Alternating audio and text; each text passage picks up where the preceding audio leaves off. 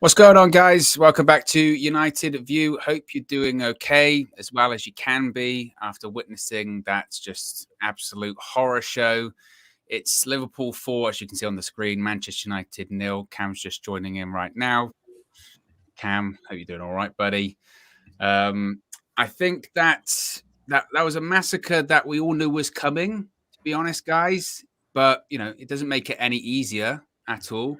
Before we do get into the discussion this evening, because there's a lot to discuss, myself personally, just to try and vent after that one, I watched that team, and I use that term team really loosely there. And I'm just sad. I'm really, really sad watching that. I'm way, way, way beyond the point of anger at this point, because it's just not the Man United that I know or any of us know, and even people like of prior generations know. I was just chatting to my dad on the message before we went live, and he watched them obviously in like the 70s and the 80s, and he's like, they weren't that bad then. They weren't winning that much, but they certainly weren't that bad then.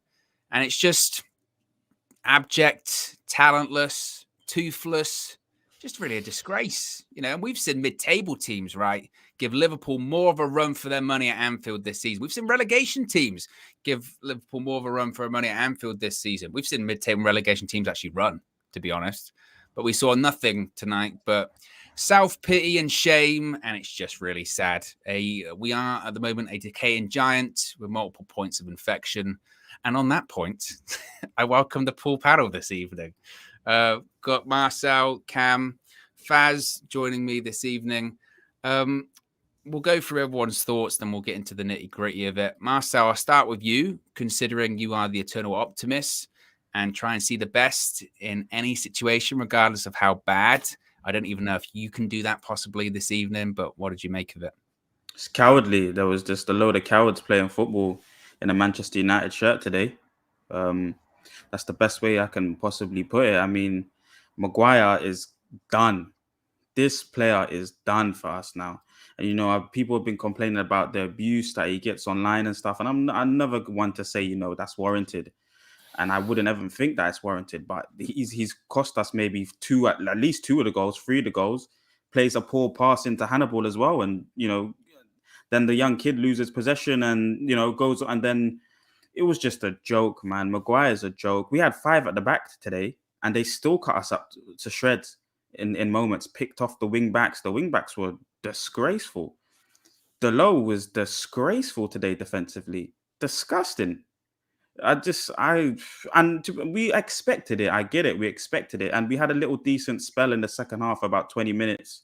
The fans were singing, that they appreciated they love United, But it's just like, it was a cowardly performance from everyone there. You see some of the world-class passing that Alisson's playing as a goalkeeper. That's what I'm talking about, guys. That's exactly what I'm talking about in terms of a goalkeeper that knows how to break and start counterattacks. It was just rubbish. Rashford has a couple moments, and the hero balls from Bruno looked like that was the tactic. That looked like something that could provide dividend. I know that you guys are always on, and people in general are always on to Bruno, but that looked like a system that could have provided dividend today, playing in that space in behind Liverpool Football Club. They play so high up and they play such a high line. There was space in behind them today, but for some reason I feel like Ralph just respected them too much. We should have just stayed and we should have just played ultra defensive. Why did we offer them so much space in behind, Owen? Did we not play ultra defensive? We didn't have a shot in the first half. I don't even know if you could blame Ralph. Ralph was furious after, was it the third goal? Because somehow we were actually maybe back in the match. He's looking around at those players. He said it in all the press conferences.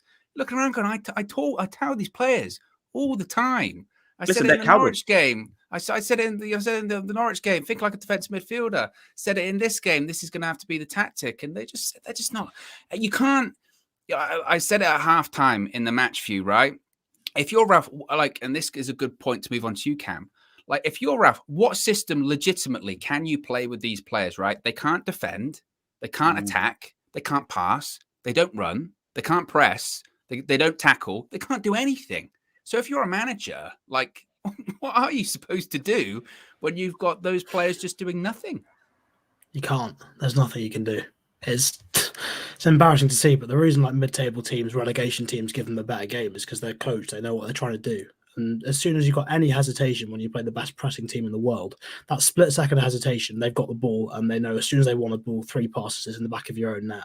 So whatever you do, you've got to be pretty clear on what idea you're trying to do. And right now, I don't know if there is an idea, and if there is an idea, the players don't want to do it. So whatever you want to do, the point is it doesn't matter. If you want to play like Atletico Madrid and you know that you're going to sit back, you're going to make 2 or 3 passes, you know where your strikers are going to be, you're going to use as your out ball, fine. If you want to play like Man City, keep the ball and you're good enough to do it, fine. As long as there's no hesitation, every single player on the pitch knows what's expected of them, it's fine. But as soon as you've got hesitation, as soon as you've got players on that team that, can we trust them with the ball? Can we not trust them with the ball? Can this player turn? Can this player pass there? As soon as that comes in and you're playing the best pressing team, you can't do anything. You're in trouble. And then if you go and add to that by taking one of your targets out off the from up front, you move one of those targets into defence. That's one less player they got to look at in front of them. And all of a sudden, what was difficult before to pass the ball forwards is now almost impossible. It doesn't help that when it does go forward, Elanga and Rashford. I mean, the third goal was a lesson for Elanga. If you're going to play against the best teams, you've got to get your body position right. You can't be losing the ball to Robertson there, because you lose the ball in that moment, Dallow's gone. Elanga's done well initially. He's got in the right place. He's tucked inside. He's drawn Robertson into him, so the spell on the overlap. But he's got his body position very slightly wrong, and that little margin has cost us a goal because Robertson's nicked in, stolen the ball. He's challenged from the right side, so the ball goes forward and ends up in the back of our net 3-4 passes later. Those little margins make a big difference. It's those little margins. When you get all of that right, that's what adds up into a better team performance. Because when all those little things are right, the players know they can trust Elanga, they can trust Rashford to take the ball, and it's not going to end up in the back of the net. Otherwise, a little bit of hesitation, a little bit of doubt, anything creeps in, and this happens. And to be honest, the only good thing to say was it was better than last time. Zayn Miyasi with the super stickers. Can't see what they say, Zayn. And I don't even, like I said, usually, I mean, to be honest, I've stopped going back to you with like a bit of banter because we are in no position to banter Arsenal fans or anyone. So, but Zayn Miyasi's back with the mum's credit card. Good for him. Faz, what do you make of it? What's your reaction to that horror show? I don't want one player to make any tweet, any Instagram post saying we go again, we're sorry, you deserve better. One player. You do that, you're getting it from me. I'm telling you, you call this online abuse, whatever, you're getting it. One player. My own best friend had a bad game. He plays professional. He made an Instagram post, and I went at him because I go and watch him every week as well. And I went at him and said, don't you dare make this post. So I'm not being selective or anything. Not one of you players make a tweet, make an Instagram post. You were scared. Absolutely scared. Each and every one of the players, they do not deserve to even be in Premier League if they play like this. Each and every one of them. They looked at Liverpool and they went like this. Oh my God, like this. Not one of them. They picked us apart. Not one person, not one Man United fan, not one Man United player. No one can say a single thing about a single player in the Liverpool squad. I'm hearing people talk about Hendo's form, Hendo's this, that, Trent can't do this, this, that. Not one person. Every single Man United fan, get rid of that song, we've won the law, we're Man United, and we're never going to get rid of it. Our own ego, our own pride, our own mentality, the club's mentality, the club's ego, whatever it is killed us fully. We're finished. Ten Hag can't get top 4. He's out. He's out before he came in. Ten Hag is out before he came in. Ten Hag can't save us. Only God can save us at this point, Owen. Only God from above. If Jesus Christ came down tomorrow, if God came down tomorrow, only he can save us. We're fully finished as a team. There's no tactics. Ralph just looked like he wanted mercy. When the camera zoomed in on his face, the sideline, he looked like he wanted mercy. He didn't want any of this. He just sat down. He looked broken and sorry. He's probably thinking, what have I signed up Ten Hag to? What am I going to... Ten Hag's watching this, no? I was going to say, Faz, I mean, we can sit here and be angry, and we all are angry, and we all are upset. But I suppose the next logical question is, Faz, are any of us surprised? Did any of us, No, nobody thought we were going to win we're not tonight or anything like surprised. that? No, But we're not surprised. exactly, I don't think anyone is surprised. I think But it's it's just 5 minutes, Owen. Owen, it's 5 minutes of football played and they've conceded already. But Players what want do to you expect? but my point protect there, their Marcel, space. again, What do you Protect the expect? space. were you We're surprised playing with the that though? best team in the world. Yeah. Protect the space. You Defend. were I'm surprised that expecting. after 5 minutes we conceded, even though we've Yes. done it a million Yes. times this season. Yeah. No, because at the end of the day, you're playing at Anfield. Yeah, it's very difficult to play there. And why hasn't Ralph got the Jose Mourinho playbook out? Just protect the space. Why is anyone going to press anyone? I think he did. No. He played 5 at the back. Yeah, no, but players are going out to press players. Why is there space in behind our defense? And they're playing Because two Harry passes. Maguire's a magpie when it comes to the football. He literally, the Tell him first move, as he soon stepped as out. possible. I could almost, and again, I wasn't in the dressing room, but I could almost guarantee that before the game, because we know what Ralph's like. He's a tactical guy. He was saying, look, stick to your shape. Stick to your shape. Just keep resolute. Low block. Don't engage. And what happens? First proper move, like you said, 4 or 5 minutes in, Maguire goes out. One pass. There were 3 people in behind, a back 5. Yes. 3 people in behind, a back 5. But again, my point is, were you surprised to see that? Yes, because How I can you can't be believe surprised, Marcel, at players this are that point, silly. Marcel? Players are that silly How? that they can't just How? stay in their shape. And like I said, the Lows are coward. All of them are coward. They're all nervous. In the first 20 minutes, they're all shook. They didn't want to play this game. In the first 20 minutes, they didn't want to play this game. Giving away the ball, acting like idiots. It was disgraceful. But I cannot believe that Ralph couldn't get 5 footballers to stay literally on outside of our box and not move from there. Because we've seen it. We had We've 0 seen it all season. shots. We had 0 shots. We had 0 shots on target. We had 24% possession in the first half. Overall in the game, we had 26% possession. We didn't hold nothing. We didn't control nothing. This is what it comes to when Klopp when they looked at us and they did the post-match analysis and pre-match analysis and they thought, okay, how can we break down Manchester United? Klopp and his team are probably sat there thinking, this is a piece of cake. This is a piece of cake. Just make sure whatever you do, just be around Harry Maguire because he can't control us. Yeah, he's rubbish. Whatever you do, just play through him because he can't control us. Rashford getting frustrated. Bruno kicking the ball at the fans. Why are you getting frustrated? Frustration is when you're performing and things are not going your way. Frustration isn't when you're not performing and things aren't going your way. You're not performing. Not any one of you are performing. There's nothing to look forward to, nothing to be upset about, nothing to even be passionate about. We just, as fans, we just need to literally forget that we're going to achieve anything in the next 2 years. Point blank period. This game alone, this particular game alone, and the one that they gave us 5 before, should teach us a lesson as fans. If this doesn't teach us a lesson now, I've been saying it for how many months, if this doesn't teach us a lesson and we still have optimism and whatever going into games, finished. Yeah, maybe we didn't have Ronaldo. Maybe we didn't have Cavani. Pogba got injured. So we still don't have a good enough squad to go through anything, to even score 1 goal, to even stop 1 goal. We're lucky it wasn't 6. I thought it could have been 6 at one point. I mean, it's very true. Faz did come on beforehand and say, guys, actually could have been worse. JK, well, a couple of super chats said, JK says, Bruno just said everyone runs and gives 100%. We'll get into the quotes later on because I want to talk about that Maguire quote before the game. That was crazy. Shout out to the Discord. My captain with a hat trick. Represent my captain. We have finally hit rock bottom. Eric Ten Hag has cancelled his contract. Bring Ollie in. You can join the Discord. Links in the description.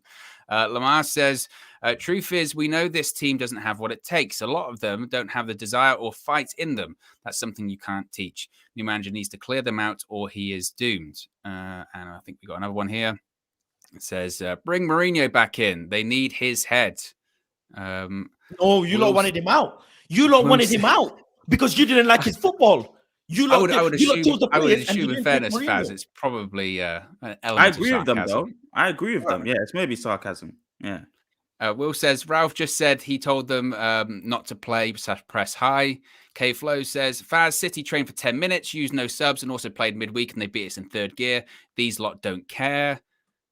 David says, Dalot isn't a Prem player. He can't handle the speed of the game. Bruno isn't disciplined to stay in shape. He pressed ahead of Lingard and left Matic. And Steven says, this is the consequence of belatedly sacking a man who should have never been appointed with an interim who hasn't been in a dugout in 8 years. And I think we're caught up there. Okay, Cam, let's get into maybe a bit of the tactical side, even if you can, if there were any tactics involved in that one. Started with a back five, which everyone was a bit, I guess, somewhat surprised by. I think the idea, like we said before, was just to be as low block as possible, then a direct long ball, Alanga and Rashford up front, play on the break, bit of pace. I think that was the outline of a game plan there. But what if you're Ralph Rangnick? What are you thinking when, like you say, low block and then Maguire steps up first couple of minutes and it's a goal? Like, again, from a coach's point of view, you must be pulling your hair out. Oh, it's frustrating, but I think the game plan, it makes sense on one level. You know what you're going to get from Liverpool. You know they're going to play that 4-3-3. You know they're going to play with 3 players that like to play quite narrow up front. So you know that the idea then is that if they come up against a back 4, obviously the wingers will look to play in between your centre-backs and full-backs to give them both a problem. So Rangnick's obviously seen that and seen that probably if his centre-back is Harry Maguire on one side, he can't be covering all that space. It's not possible. He can't trust him to make the right decision on who to go and mark out of that front 3 if there's 2 players that are in his zone, which there will be. So what he's thought is, right, okay, then, well, I'll go with the back 5, put an extra player in there, and then they can deal with the 3. They can match up with the front 3 of Liverpool if they need to, and then the wing backs can take on the full backs. Because the problem is with the if you play with the back 4, your fullbacks get drawn in narrow by the 3 Liverpool players, and then Liverpool's fullbacks have so much space to put their crosses in, which is what they do. And to be fair, in that sense, Liverpool's fullbacks didn't have much influence in the first half, but that's because it was so easy for them to play through the middle. So, yes, he may have won a battle in the sense of Liverpool's fullbacks not doing much, but he lost the war in the sense we're 2-0 down at half time and probably could have been worse, and we showed nothing. And what happened instead was that rather than the fullbacks having to create stuff, it was pretty easy. Mane just drops in, and none of the United centre-backs were following him. I think Phil Jones, so many times, he was having a go at Harry Maguire and Lindelof because they weren't going with Mane when he dropped in. And that's all it took. You can't, to be honest, Harry Maguire, when he made that decision a few minutes in and it cost us the goal, the decision itself wasn't the problem. The timing of it was. If he, as soon as Mane goes in, if he follows him, sticks with him, fine, not a problem. What you can't do is hesitate and not be sure what to do. You either stay where you are or you go in straight away. He went in a little bit too late, and then that's where the space is. If he goes in with Mane, he's not able to turn and play that pass. There's no problem. But as soon as Maguire hesitates, it's all over. And the problem is, I think some defenders who have got a bit more pace, a bit more athleticism, they can get away with things. But when you haven't got that, you've got to make 100% the right decision. Otherwise, you're in big trouble. You're leaving a big gap. And I think we saw with the last goal where he starts off Maguire by playing this terrible pass to Hannibal. I mean, for starters, for a captain, that is atrocious. And then after that, you can see as soon as that ball's given away, if you look at his body shape, he's turned towards the sideline because he knows if that ball goes in behind, he's got to be he's got to preempt it because he's got no pace. So if that ball goes in behind, he's got to be in that space already. Whereas if you think about someone like Van Dijk or Varane, they don't have to be half turned. They can stay open. They can read the space, read the players both sides, and that means that if that ball does go on the far side, go over him, he can react to that rather than leaving a massive gap. So the little things there where because obviously Maguire knows he hasn't got the pace, he has to defend in a slightly different way, and that means he ends up missing obvious chances. And it's small things like that add up and make a massive difference when they're spread out through your team. But the plan from Rangnick didn't work at all because Liverpool found a way through it. And to be honest, I think whatever game plan he went with, when your midfield pivot is Matic and Pogba, and obviously Pogba gave up after sort of 5-6 minutes, you're going to be in trouble anyway because if you're expecting Matic and Pogba to match anyone for legs, even the next, probably, I'm assuming we're one of the worst midfields in the league with those two playing and Bruno for work rate. Even if you're matching the second worst, you're asking a lot. And Liverpool have got to be at the top of that list. So it was, I think, without McTominay and Fred, as much as they get a lot of hate, we're in big trouble in this game, whatever happened. And I was surprised, to be fair, that Lingard didn't get the start over Pogba because at least he runs around. Very true. Apologies, Red Baron. I missed your super chat earlier. It says, this result is like expecting someone you love to die from old age. You know it's going to happen, but you're still just as sad when they pass away. It felt like a very slow death, to be honest, watching that one, didn't it? Absolutely did.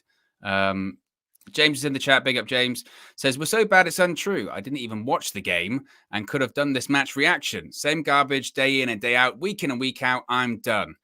I think a lot of people, feeling that they're done after that one. Faz, before I come to you, Ralph Ranick's had a couple of comments, obviously, after the game. He said to be in sports, it's embarrassing, it's completely disappointing, in a way also humiliating. We just have to accept they are 6 years ahead of us. When you compare that squad that Liverpool has with the one Jurgen inherited when he came 6 years ago, this team needs to be, we've lost one. We've lost Cam's gone. This is why you always prepare quickly. Boom, there you go. Saying, he's back. He's back. This team needs to be rebuilt. It is clear. A game like today showed a very drastic way that a rebuild is necessary. Does it even almost, people are obviously looking towards the summer when it comes to rebuild and when it comes to players in, players out, and Erik Ten Hag. What must Erik Ten Hag be thinking with some of the stuff he has seen recently, particularly tonight? What must he be thinking? Firstly, I want to clap for Ralph for making those comments, because that's pure honesty. I wouldn't expect this from any other manager. That is absolute pure honesty. We're so behind. It's beyond embarrassing. This is not, it's got to the point where I don't even get, as much as I get angry and frustrated, I don't have my emotions is detached from this club. It's fully detached. I'm at a stage where I don't even know what can actually help us. We could go in the summer, Ten Hag comes in, or his first transfer window, his second transfer window, get a bunch of good players. But at this point, it's like we're cursed. It's actually like we're cursed. Players will come in and it just won't work. Managers will come in and it just won't work. We have a player in our squad who's won the World Cup. We have a player in our squad who's won 5 Ballon d'Ors. We have a player in our squad who was supposed to be the next big thing in England. We have a player in our squad who's had best stats as a centre back for England. These are all, these are factual things, but it doesn't work. It seems we're just cursed at this point. I don't know what Ten Hag would do. I actually don't know which player will be suited for us, what style will be suited for us. I have no idea. I'm fully and truly, I'm speechless. I'm fully speechless. I have nothing to look forward to. And when I say we don't deserve top 4, when I say I don't even want top 4, it sounds weird to people. It sounds like, whoa, it's Manchester United. We should be. But look at the state we're in. Look at the state we're in. Even Watford gave them one, no? Well, I think even the most optimistic United fans, that's what was crazy, wasn't it, at the weekend? When there was that slither of maybe, top 4. I think even a lot of optimistic United fans were going, because we've been there. You know what I mean? We've been there this season. It's so upsetting to see a beautiful club, what it used to be, just crumble in front of our own eyes. Just crumble, from the players to the fans. And we don't deserve this, or we should give the fans better. We do it for the fans. I said it, don't do it for us. Do it for yourself for a change. Play for your own self, for your own sake of your own career. I honestly, I'm looking at this game today, and I'm just thinking, which player will perform next season? I feel sorry for any manager that comes in. I actually have no clue how they're going to deal with this mentality of going and facing teams at the top of the league or whatever, or going, let's say, if we're in Champions League, whatever, going and facing a big team. I have no clue at all. Pure Gaming says, Maguire is a genius, so beautiful to see, needs time. It does bring me on to Maguire. I know we've already kind of touched on him briefly, but I do think he deserves a bit more scrutiny, shall we say. Marcel, I'll come to you with this one, and then I'll come to Cam. Now, the reason I think, obviously, you're going to have to talk about Maguire is because, let's be honest, at least maybe 3 of the 4, he was directly involved at some point. You could go, 3 of them. That was an issue, right? I think the first goal, obviously, steps forward. Third goal, the cutback, Mane's there. Maguire just goes, Mane's there. Fourth goal, we know the pass to Hannibal as well. Now, that's the scrutiny from the game, but also before the game, along with the scrutiny all of this season, Marcel, obviously. Maguire did an interview before the game, and his comments just staggered me, absolutely staggered me. And I'm all for believing in yourself. I'm all for betting on yourself and bigging yourself up and all that kind of stuff. But this was his quote before the game. I wouldn't be playing every game for Manchester United in the starting 11 if I'd been playing bad every game. There's a reason why both managers have put me in the starting 11 every game. Is that true? It's clearly not true. I can't believe he's actually said that. And he said something about his price tag being a lot. Well, he knows it's a lot. We all know it's a lot of money. And you're not even worth a quarter of that. It has been a joke. It has been an absolute joke. He's the worst player I've ever seen play for Man United. The worst. This whole season, it's been mistake after mistake after mistake. And like I said at the beginning of the show, people have been complaining about the criticism that he gets online. And I don't even like to say that players should warrant that kind of abuse. But this kind of player is very, very high in that category. You cannot defend him. There's no defending this. This is beyond poor form week after week. This is Hull City level football. He needs to go back to Hull City and play over there. You cannot play for this club anymore, man. It's a joke. Like so many of those goals today were because of him. Even the passing's been shocking. Everything's been shocking from the whole season for this guy has been shocking. And he's our captain as well. That's the worst thing. He's the captain. That's the worst thing because that just puts extra light on you. We're looking for you to kind of galvanize the team and you can't even perform well. Doesn't make sense to me, man. He needs to go. All of the players need to go. The wing backs need to go. The midfield was weak. Pogba gives up after a few minutes. He can go as well. A lot of them can go, man. I don't want to see any of these players anymore. And I'm a bit different from Faz in the sense that I do believe that there's a good future ahead of us though with Ten Hag coming in, and it's going to take time. And I believe that we will succeed and we will become a successful club again. I can guarantee that to you guys. But in terms of this team right now, these players, they all need to go, man. And Maguire has to be the first one. If I see him playing again next season, I don't know what. I'm going to start putting up banners. Yeah. I will too, actually. We can't play simple football. Make a pass to your colleague. Literally make a pass to your colleague. Post-slide tackling. Hold the ball. This is like... today I was having a conversation with my friend. 5-year-olds. The one that plays professional football is like, the stuff I learned when I was 12-year-old, they're teaching 5-year-olds at Man City this.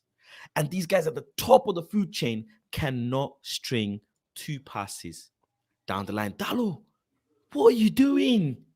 What are you doing? You're supposed to be at the elite level of football. It doesn't make sense how some of these players are getting 6 figures a week for a job they cannot do. It doesn't make sense. This is fraud. This is daylight robbery, fraud. These players are fraud. How on earth have they got this capability? League One players would do better. League One players would do better for quarter of the salary. Ten Hag needs to pre-season. Each and every one of those players needs to go and play passing drills all pre-season. We literally cannot string 2 passes. Chris Red Baron says, can we get Chris Smalling back? It's one of those situations, isn't it, with people like Chris Smalling that gets criticized a lot, and then once you see like the replacement or whatever, then you realize, oh, actually, he might not have been that bad in the first place.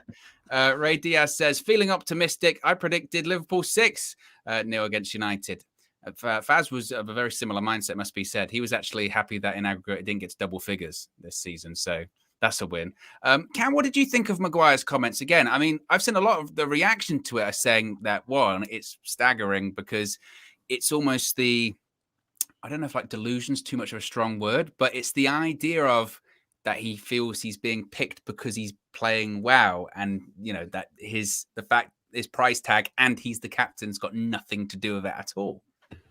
I mean, I get him backing himself, but surely if you get asked that question, just say no and move on. Just don't answer it. There's no point, because especially before a game like this, I don't know. I think even the most optimistic United fans knew we were going to lose this. The players can't have been sort of going into it expecting a win. There's no way he must have thought before this interview, hang on, what happens if I make a couple of mistakes and we don't win that game?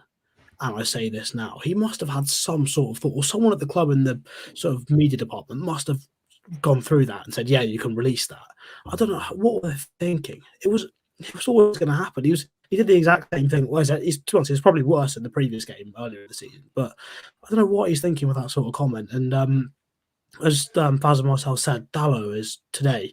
I think that was the worst game I've seen him have in a United shirt. To be honest, he was horrendous. Every single thing first half. Every time he got the ball, every time he had some defending to do, he was in the wrong place or made a complete mess of it. However much space Liverpool gave him, he just made a complete mess of it. A 5-10 yard pass, he can't do it. But the thing is, Jose Mourinho, after the Sevilla games, in his sort of long 12-minute speech, I think he did say, look at where the United players that have left the club are playing now, and look at the players we've been bringing in and where they're from, and compare that to City and Liverpool. And yeah, it's no surprise that we've ended up with a clown like this for a captain. It's embarrassing. It's the other thing I don't understand. Second half, we go back to him and Lindelof at centre back. We've established he cannot play on the left side, and for a few games we've had him on the right side. He's actually not been as bad.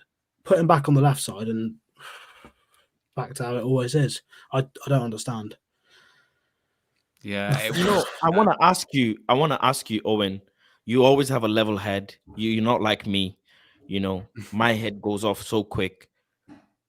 Can it actually get any worse? I'm actually, after today, I'm sat, the 10 minute before this live, I'm actually sat speaking to my friend and thinking, can it actually get any worse? How much pain can I actually withstand with this team? I mean, it's a tough question, to be honest, Faz. I mean, I've said that a couple of times this season. Whenever anyone goes, this is our rock bottom, it's always a case of it can always get worse because we could lose every game between now and the end of the season. We've still got to play Arsenal. We still got to play, is it Chelsea? It's in 9 days as well, Owen. It's in 9 days. Yeah, exactly. They could absolutely. Who's to say we don't get similar results? Who's to say we don't get similar results like tonight? It's not off the cards. Absolutely not off the cards. I think, like we were talking about earlier, I think everyone knew we were going to lose tonight. I don't think anyone was going into the game saying we're definitely not going to win and even get a point. It kind of just, there was maybe the smallest bit of, well, maybe if you get to half time and then once after 5 minutes you go, no, okay, that's exactly what I thought was going to happen. But it can get worse. Of course it can, because the biggest, like I said, the biggest disappointment for me today is that, especially at points in that first half, we saw people that were walking against Liverpool at Anfield. There was a ball that I think was it was like essentially a 50-50. Henderson was running onto it, and Bruno was essentially next to the ball, and Henderson just outran him and did a pass, and it was staggering. It was absolutely staggering that Henderson could get there, and Bruno. Not only did Bruno not get there, but he wasn't bothered that Henderson got there, and Henderson did the pass, and then they had an attack, and you're looking at that going,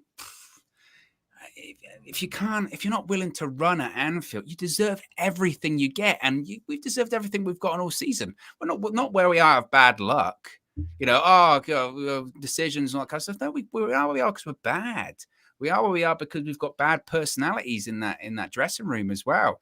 I saw a thing the other day about Jamie Carragher and Roy Keane. I forget, it might have been Lad Bible that did it, the whole disagree thing, and they were talking about, who would the next Man United captain be if it wasn't Maguire? And realistically, the fact that you debate that and you don't really know, it should be a pretty obvious answer, or go, oh, he could do it, or he could do it, he could do it. And it's not like that. And that's a really bad dressing room. So to answer your question, Faz, it can, and it might. It really might. And if I'm Eric Ten Hag and I'm looking at that, he can be a tactical genius, but unless get the personnel right, he would be walking into, an inferno that no tactics can fix. But Ralph's a very tactically astute guy. People might want to give him a lot of credit, but he is. And the players that he's got there at the moment, they don't want to listen. And it's very obvious. Again, I stress he probably told them so much over the last few days, this is how we're going to shape up, this is what we're going to do. 5 minutes, they just went, no, I'm not having it. I'm really not having it. Of the team, when we saw the lineup, and the formation, a brand new formation. The lineup, obviously, set players are out, XYZ. I don't even know. It just looked weird to me. But I don't blame him, I actually don't blame him. But I wonder what he said to the players at halftime. I wonder what he said to the players at halftime. And I've got the replay and stuff on here. And even I can see in the replays, Ralph, throwing his hands up and screaming at the players Yeah. when they've conceded. I Because don't know somehow it was almost a minor miracle that, and it was only because Liverpool just suddenly, rarely, for whatever reason, couldn't be bothered for 15 minutes in the second half. Like, this is what's crazy about it as well. And we'll talk about Rashford now. But like, in the second half, there was actually like a 5-10 minute period where we could have got back in the game. And Liverpool, Listen, there was a 20-minute spell, man. For some reason, they rattled themselves. It wasn't anything United did. They, for whatever reason, rattled themselves. And if we did have just a little bit of more technical ability, or had a Marcus Rashford that had a first touch, you know, we could have scored. And who knows what could have happened then? But we didn't have that. I mean, Marcel, I mean, we've spoken about Rashford so much recently, but what can you say about him at the moment? I don't know. He's lost. He's lost, man. He's a lost man. And we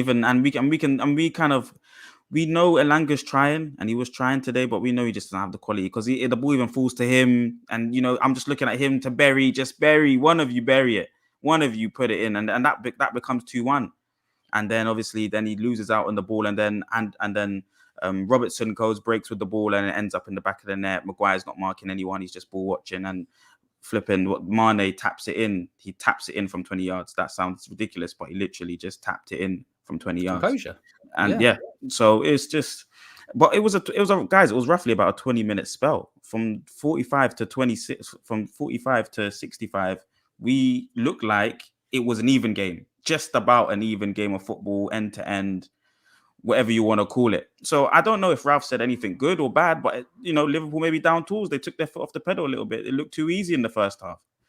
But it just looked like they rattled themselves because they did their camera angle on Klopp. I think Van Dijk didn't press high enough, and Klopp just went crazy. He went and like I said, if I'm a Liverpool fan, I'd be like, yeah, because I'm like 2-0 up. I'm battering this team, and my centre back didn't press enough. He pressed a bit, he didn't press enough, and my manager lost his head. That's because that's standards. That's the difference.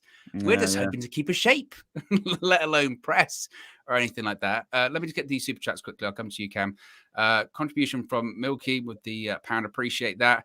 Keegan says those players have nothing to offer this club. I think a lot of players, like even people that were involved tonight, obviously are not going to be there next season, and it showed. It really did show to me.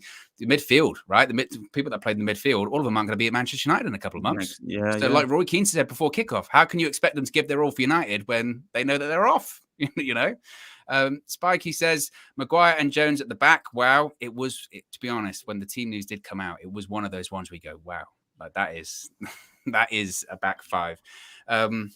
Cam, when it comes to Rashford, again, we've had a million discussions about him this season when it comes to the full view and all that kind of stuff. But how do you resolve it now? Because again, it's almost like a sort of hope situation. When you see him named in the starting 11, you just sort of hope, oh, maybe tonight.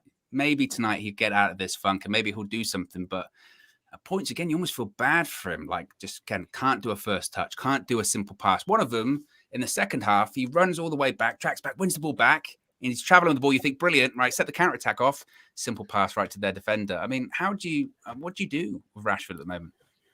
I think I said it a couple of weeks ago. I think the best thing to do with him now is just send him off on holiday. Just let him rest the season. Don't worry about that. Even if we're short for players, the only chance we've got now of realistically reviving his career is just give him a long holiday, let him come back for the start of pre-season fully refreshed. Obviously, you don't think he's probably had a big break for a long time. He's been playing with an injury for a while. Obviously, had the Euros and all that sort of stuff. So he's not had a break in a long time. So I think that's where we're at now. Because if I fully trust everything Ralph says, and if he's saying now that in training sessions Rashford's being really, really good, he's putting in the effort, he's doing great things pretty much every training session, then what more can he do? Because if he's training well, then at some point it should translate into what you're doing on the pitch. And if it doesn't, then clearly there's some sort of mental block going on. But it's affecting everything he's doing. Because I think if Ralph Rangnick's saying he's had a good training session, that to me means that if they're playing a training game, 11v11 or whatever, then that means if he loses the ball, he's running after it, he's sprinting, he's doing everything. He's not getting frustrated, he just keeps going. And that's because that's the standards that Ralph Rangnick wants. That's what he wants from his teams. We don't see that on the pitch when we watch him. Every single time, if he loses the ball, he gets frustrated. He maybe will track a player 5 yards, but as soon as they've got past that, he's not interested. He'll just start walking. He'll just turn away and not be interested. And you compare that to the the City or Liverpool players, every time that for them to get the ball one time, they make 9 or 10 runs. That's what it is, somewhere between 7 and 10 runs on average before they get the ball. And it's not like you can just do 6 bad runs and know you're going to get the ball in the 7th. You don't know where it's going to come. So every single run has to be full intensity. Keep going for it. They don't get frustrated. They don't put their head down. They don't look upset. They make a run. If it doesn't work, they'll recover, get into a different position, make another run. They just keep going. Rashford doesn't do it. And I think, I can't remember when I first said it, maybe 6 months, 4 to 6 months ago at some point. If someone offers 70 million for Marcus Rashford, take it. Because I think, Would they, though? yes, he's a good player, but he's not going to become a great player. He's just not got the mental attributes. And there's another name I'm going to add to that list, Bruno Fernandes. I tell you, if Barcelona offer 75, 80 million for Bruno, take it. Take it and get a player who you can trust to play the way the manager wants. Because I think where we're at with Bruno right now is that, to be honest, you can't change him into the type of player we need unless you're really harsh with him and say you're not going to play until you do what I want in training. And even then, if there's so much as a sniff of you playing the way you want to play and not what the manager wants in a game, you're getting hauled off straight away. Unless the manager is brave enough to do that, Bruno's not going to change. And if he isn't going to change, then what's the point? Because that's not, players like Bruno Fernandes playing the way they want to do is not how you win titles. I think someone said in one of the... It's interesting you say that, though, Cam, because obviously we know he's not going anywhere because he obviously just signed a contract extension. So, I mean, because I was going to bring it up later on, but it's a good point to talk about it now because, again, I mentioned at points he was doing the Bruno Fernandes, arms failing, walking around at points. Do you think an Eric Ten Hag can sort of, like you say, be that disciplinarian that says, no, if you don't do it my way, you're going to sit on the bench? Do you think Bruno even responds to that kind of attitude? Well, he has to, because realistically at the moment, his mentality when he gets on the pitch is what a child does. He just runs around chasing the ball, does whatever he thinks is the right decision, doesn't care how the manager's asked him to play, doesn't care where he should be on the pitch, doesn't really. I mean, at times today, when after Pogba went off and he was sitting a bit deeper, he wasn't in the right place. He wasn't tracking back. He wasn't helping out Matic. He was just doing whatever he wanted to do. And you can't do that. I think if you want to play in a proper team, I think Eric Ten Hag's team relies on specific movements that are trained and coached. You make those movements, and that gives the players, and based on what movements being made at a certain time, that gives the player on the ball options. If you don't make those movements, if you go off and try and do your own thing, that destroys it. As soon as one player goes off and does their own thing, it's all gone. So, but the only way I can see him changing, because he's so far gone now, he's a senior player at this point, he's an established footballer. The only way you can change a mindset like that is you have to be harsh with him. If in training he's not doing it, just send him into the building, send him home, and do that every day in training. And only when he's doing it every day in training, exactly what you want, you can then play him in the games. And even if it's a 5-minute period in the game where he goes back to doing his own thing, you've got to get him off, because until you kick that habit completely, it's going to keep coming back. That's the ridiculous thing. And I mean, I think people are seeing it now because people have been saying all season that Bruno could get into a City team or whatever. Until he changes his mindset, there's not a chance. Technically fine, maybe good enough. And he's a pretty good athlete, but until he changes his mindset, there is no way. It must be said that kind of that narrative, before when we'd have that argument about which players would get in a City team, which players would get into a Liverpool team. Everyone's kind of come to the conclusion at the moment going, no, nobody would. Nobody would anymore. Keegan with the super chat says, BS Cam, Rash has been on vacation all year. This one says, our youth team beats our first team. We will talk about the youth team a bit briefly later on because, of course, Hannibal came on. David says, be honest, what is Rashford's ceiling? He can't hold up the ball, can't win headers, can only perform with space. Is he in the top 10 wingers in the Prem? Is he in the top 10 wingers in the Prem? Anyone? No. I think that kind of responds to that one. Ray Diaz says, team wasn't good. You know what is? 100k subs. Absolutely, Ray. Absolutely. And guess what? If you haven't already, you can join the 100k subs by subscribing. Bottom right-hand corner as well. Look at that. Nice little smooth segue. I started off the stream. World class, that was world class. I'm trying to bring it back up. I'm trying to give that kind of energy at 11 p.m. Faz, Sky is saying now that Eric Ten Hag will be announced as Manchester United's next manager this week. A lot of people before the game said, we're going to get absolutely pumped by Liverpool, and then they're going to announce Eric Ten Hag to try and, build people up, try and It's lift people's propaganda spirits. machine, man. Does the announcement of Eric Ten Hag change things at all tonight? Are people going to be willing to move on that quickly, or will people say, "Yeah, I knew Eric Ten Hag was going to be the next manager. It doesn't change what I saw last night"? I want to, before I come to that, I just want to respond to Cam what he said about Rashford. Please get rid. Point blank. Period. We do not want players that train well but then don't work out on the pitch. That doing everything right on the training, but on the pitch is not working out. There's a mental block. I don't want mental blocks in my team. Please, going forward, I really, really do not want any challenges as such. Get rid. He's 25 years old coming on. At 27, 28, you're supposed to be hitting the peak of your career. And if we're not looking at a promising, young, hungry forward, then why are we taking our chances? Why? Why us? Let him go somewhere else and take his chances there. Put a buyback clause in his sale. But why do we have to take that risk for next season to see if he does anything? Why? Why is this almost blanket protection around Rashford? I don't understand. You lot, Martial can hold the ball well. He's a technical footballer, but we loaned him out like that. And Sevilla don't want him, whatever. I'm not defending Martial, but still, there's this protection of Rashford as to maybe one day he'll come back and become that star player that we thought he would be. I want to get rid. There's plenty enough footballers out there who could have done a much better job. He ran. I saw him make 1-2 runs. I was like, oh, what? Okay. That alone surprised me that he even put an effort to chase the ball a bit. I don't want any form of doubt or anything as such at all. And in terms of Sky reporting that Ten Hag will be announced this week, whatever, we just have to wait till Sunday for the cup that they have against PSV, isn't it? Oh, it's gone. Yeah, I didn't even watch it. I didn't even watch it. Well, if they announce it this week, they announce it this week. We know he's gonna come. Whatever. Let him come into the club. Let him bring the players he wants. I'm hearing Timber, Chouameni, Anthony. Let him bring all the players he wants. Let him get rid of all the players he wants. But other than that, just see the season out, right? He's gonna be watching everything. He's gonna be thinking, this player needs to go. This player can't be captain. This player is not in my plans. He's still here. I have to filter him out. Whatever, bench him. And yeah, just give him full control when he comes. But I'm waiting myself. I don't understand why it's not been announced yet. I just don't get it. It should have been announced by now. I think at this point as well, I can understand the respect to Ajax, but we were sort of talking about this the other day. Like at this point, it might as well be because everyone knows, right? It's not even like a secret anymore. And if the effect that it might have on Ajax, it's going to have that effect anyway on them now. Brandick said something quite interesting after the game, Marcel. He said, quote, Liverpool only needed 2 or 3 transfer windows. And if you know what you're looking for, it doesn't have to take 4 or 5 years.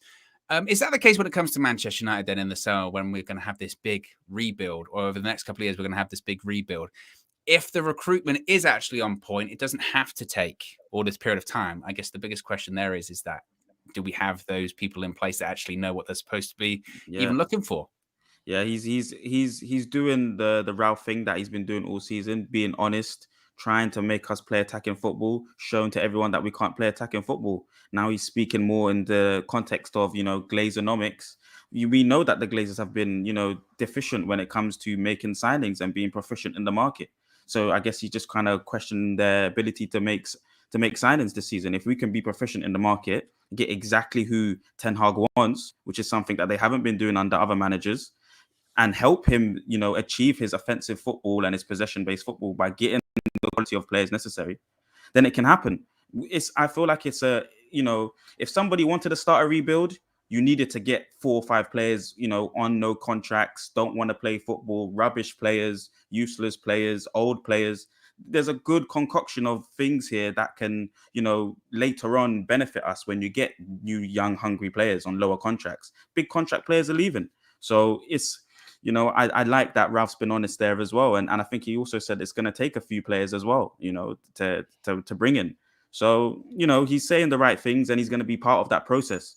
So that's a very good way to look at things. And I just hope that, you know, in the market, we get this business done early, because the earlier, the better, you know, the better Ten Hag can start looking at players, evaluate the rest of the team, and all these rubbish footballers can leave. Romano's tweeted saying, quote, Ranić confirms plans of Man United revolution in the summer. Quote, there will be a rebuild here. 6, 7, maybe 10 new players will come. Yep. Now, Cam, I'll come to you. 10 players could come. Is that realistic? Because from my perspective, I'll give you my perspective first, then I'll ask yours. I've been saying the last few days, I think Man United fans need to be really realistic when it comes to this. We're going to have a load of people leaving. That is guaranteed. We're going to have so many people leaving on free transfers, and all of this wage is going to get freed up.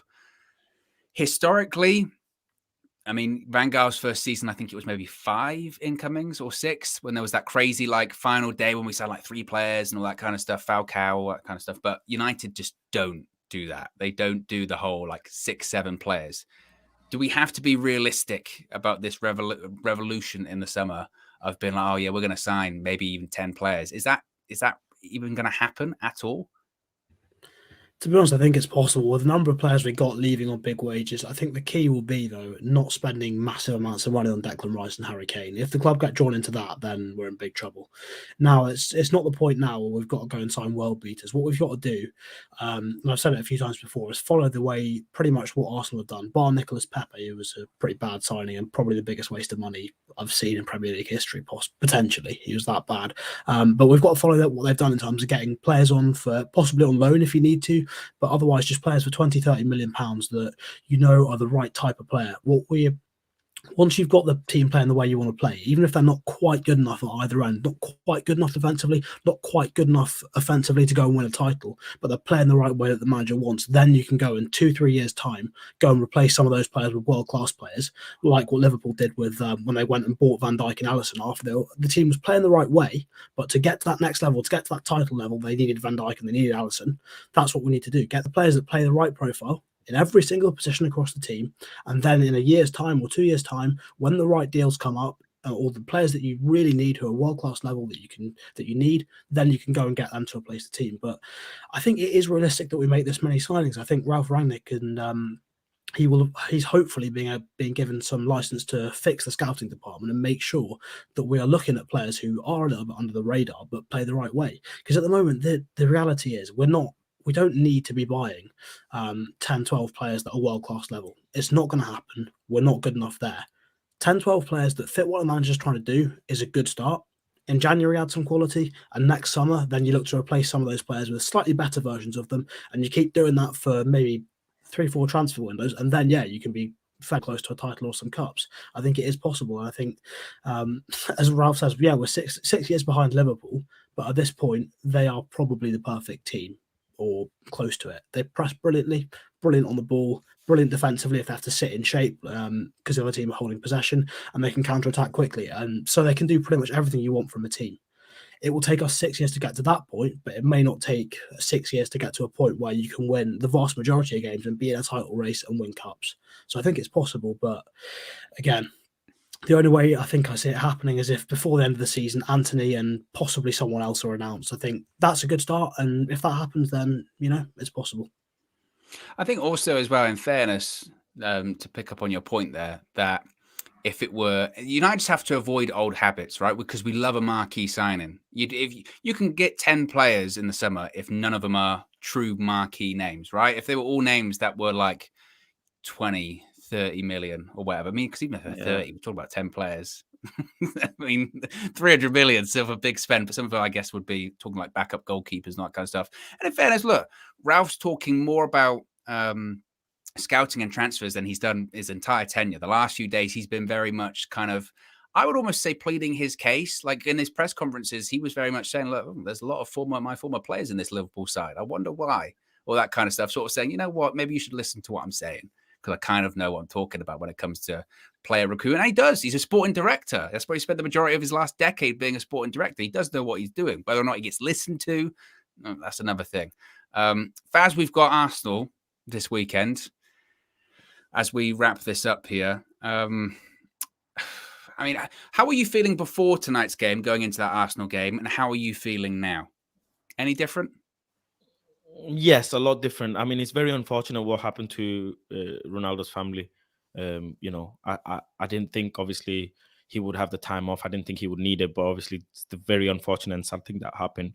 Thoughts are with him and his family. So And I shout was out, by the way, the hoping- Liverpool fans and everyone in Anfield clapping on the 7th minute. That was 7th minute, unbelievable. yeah. That was class. That was class. I was, you know, Marcel's positivity is infectious. It rubs off. And after the game, I was thinking maybe if we pray and if we set out the right way from the first minute, if we go out and actually try and smash these people and try and just take the game to them, maybe we could have nicked 1 point, maybe, or even just lowered the collateral damage. But after this now, going to the Arsenal game, as much as I always fancy United to beat Arsenal, like the worst Manchester United team to go and beat Arsenal. It's just how I think. But at this point, I don't know. Arsenal, they're playing with kids. They don't have the legs. They got, like Marcel said, they got a jam-packed month. Maybe we can get a draw. I don't think we'll have the facilities to go and beat them now. And they've got 2 games in hand now. So this is, again, ball is in their court. They're the same points as us, 2 games in hand. Spurs have got 1 game in hand. And if Arsenal beat us, then it's top 4 is wide open for them. And they know themselves, the pressure is on them, in all honesty, a lot more than it is on us.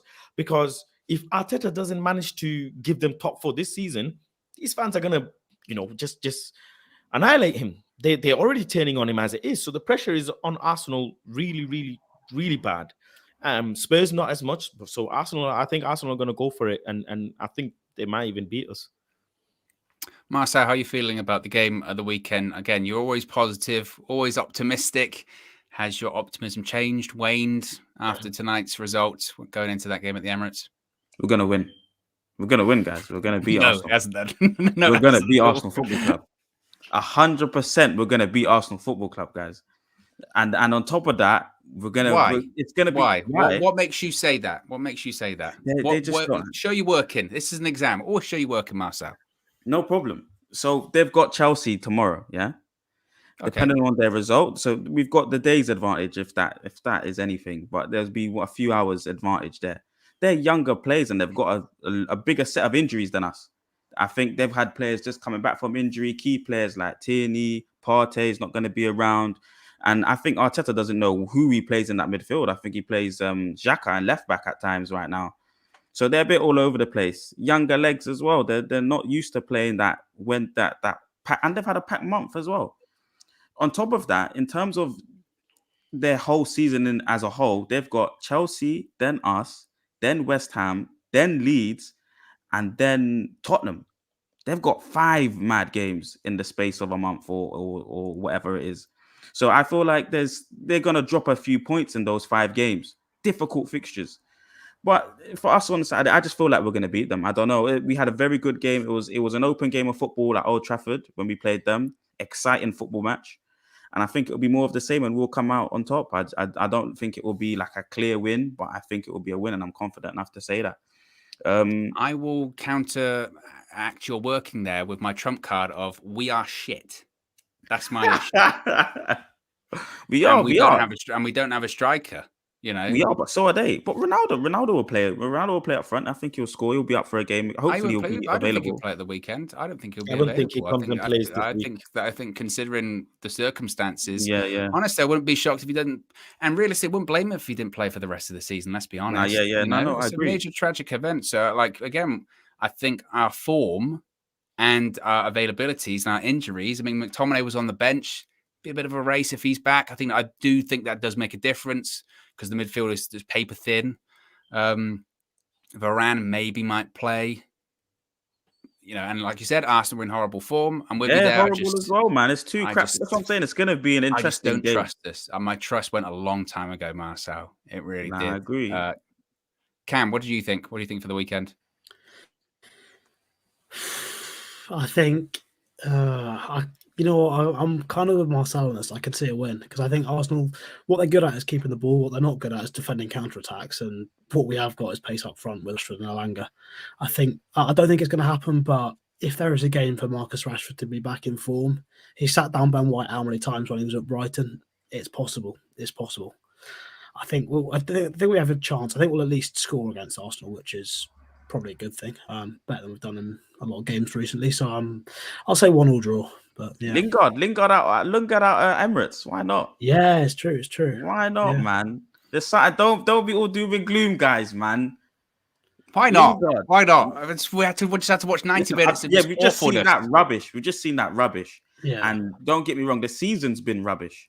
But this is a big game. This even though this is two crap teams on Saturday, I think it is Saturday. Yeah, it's a big game still. Premier League loves this kind of game, man. And I am confident that's a win. I need, after today's game, I needed a hug from Marcel. Remember that one you gave me after which game? I was like, James gave me a hug, you gave me a hug, and I was like, you know what? This is the only thing to look forward to. I think it was a win that we had to win the game. I think it was a 1-0 win against somebody. Was there? No, I'm sure it was a loss. No, was it a loss? I'm sure it was a loss. Chances are it probably was this season. And you gave me a hug. Yeah. Or a draw. And you gave me a hug, and I was like, I turned around and said, you know what? Actually, this is the only thing we come and look forward to. This is the actually best part of this is just coming in. Yeah, no, man. It's bad. I'm not saying it's not been bad, guys, man. But, that's a big game, that is. And I hope that we can win that game. I'm confident of the 3 points. We need that, man. I'm not saying we're going to achieve anything this season, but in that fixture itself, just take away everything from it. It was a spectacular fixture at Old Trafford, guys, man. And I think it will be something the same when we'll come up trumps, man. So if Arsenal draw tomorrow, doesn't it? That one at Old Trafford feels like a lifetime ago. Yeah, no, I hear you. Season. Yeah. You're right, man. You're right, Owen. If Arsenal draw tomorrow, we beat them Saturday. Top 4 still on? Who have we got next? Faz? Let's not even get into this. Why are we even having this discussion? No, we're having this. Owen, we're doing this. Come on, let's. Who have we got next? Chelsea. Let's get this over with. Chelsea. Yeah. Oh my gosh. It depends what you get. Because it was a mini league. It's a mini league. The Arsenal. You said we were going to win our 3 winnable games. Yeah, I know.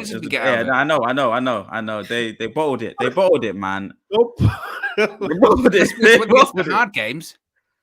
Yeah, they bottled it, man. You know I brought this up, right? You know what? Chelsea's another long day as well, to be honest with you. Chelsea, because they're organized just like Liverpool. So I don't know, man. I think top 4 most probably it's done, man. It's done a long time ago, man. Marcel, let's be positive. Come on, still on winnable games. Let's talk about winnable games. Arsenal, we can win. Chelsea. Yeah, ask me how I feel after Arsenal. Ask me how I feel after Arsenal. For grabs. Come on. Ask me how I feel after Arsenal, man. Because after Arsenal, we see what happens with Chelsea as well. Tottenham would have played a fixture. They all most probably are going to drop points, man. You just never, with these teams, we're all just so poor in terms of form. So you never know. We could all just be at the same points right now, and plus 3 for us, and we're still in the conversation, man. I don't know. Wow, I'll tell you now, Marcel. Bless you. Bless you. That's the kind of optimism we need to end it on. Nate H says, you guys seriously want to be in the Champions League with these lots? Mate, if we get it somehow, I'm not even going there. I'm not even going there. I had that conversation a long time ago about Champions League top 4. Anyway, guys, look, we'll wrap it up there. Be sure to smash a like on the like button. Be sure to subscribe, bottom right-hand corner. We're out of here. We'll be back tomorrow trying to break down, I guess, what happened as well this evening and all that kind of stuff. Shout out to Flex and KG as well. First show of the new studio was unbelievable as well. It was so bad they started doing charades halfway through. And if you haven't seen the clip, go on social media. It's excellent. It's very, very good. Anyway, guys, look, we're out of here. We'll speak to you again very soon. Peace.